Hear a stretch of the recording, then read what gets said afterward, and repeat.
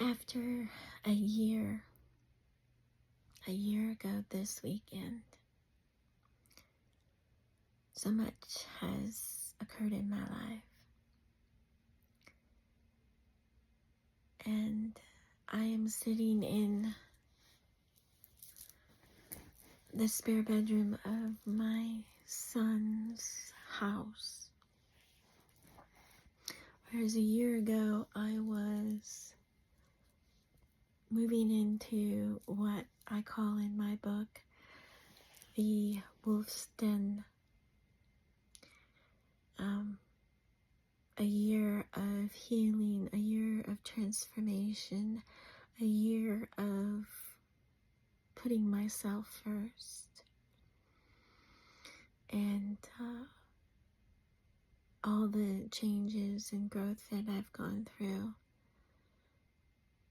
Yeah, it's been quite a ride. After starting my journey of understanding who I really was, who I really am, my journey of finding out things in my life, and the people in my life who weren't able to love and care for me the way that I should have been. That I realized that the only way I'm going to get through this world is to love myself. And I did. I put myself first, and I cut a lot of people out of my life. And this is 1 year mark for me this weekend, Memorial Day weekend. I moved into a house in Eugene, Missouri that was on a farm, and I had no idea where my world or my life was going. All I knew is I deserved better, and I had no money. I had no prospects. I had no one in my life. My daughter wasn't talking to me. My stepchildren weren't talking to me. And there was a reason for that. And I was learning that because of how I allowed others to treat me, I was not in a healthy way at all in my mind, spirit, and soul. And I was falling apart. And I knew that I had to make some drastic changes.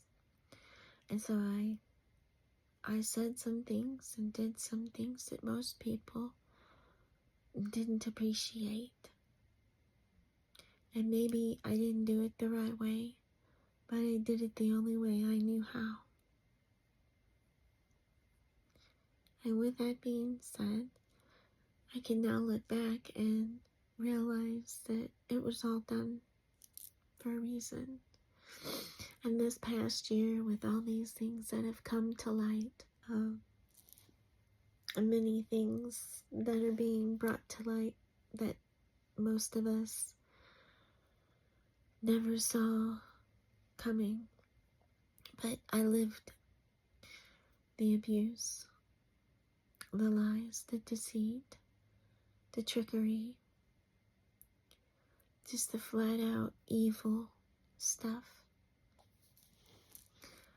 And it was a hard way to travel through my life. But now, knowing now that I was autistic the whole time, and that the medication was really just hindering me, were making me sicker, and I should have never been on those medications to begin with.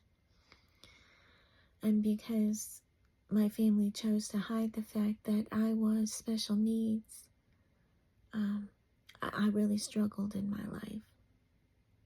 I made a lot of poor choices, and now understanding the way my brain works, I'm able to understand how unhealthy I was. And because of that, I'm able to make healthier choices now. Spiritually, mentally, physically. And that's why there's been such a huge transformation in my life. Spiritually, physically, mentally. Because this is who I should have been this whole time. And I'm just sitting in a dark room this morning. This is my last full day here with my son, and we're gonna go to the park and hang out together for a while today. I'm just feeling so blessed that I'm at this level or stage in my growth and healing process that it's been just an extreme amount of love and happiness. So I've made some choices that a lot of people would have never made, but I did that because that's all I knew how to do. That's how I knew how to do it. And I had to break. I had to break free. I had to remove myself from some situations to heal. And if you know anything about psychology, then you'll understand.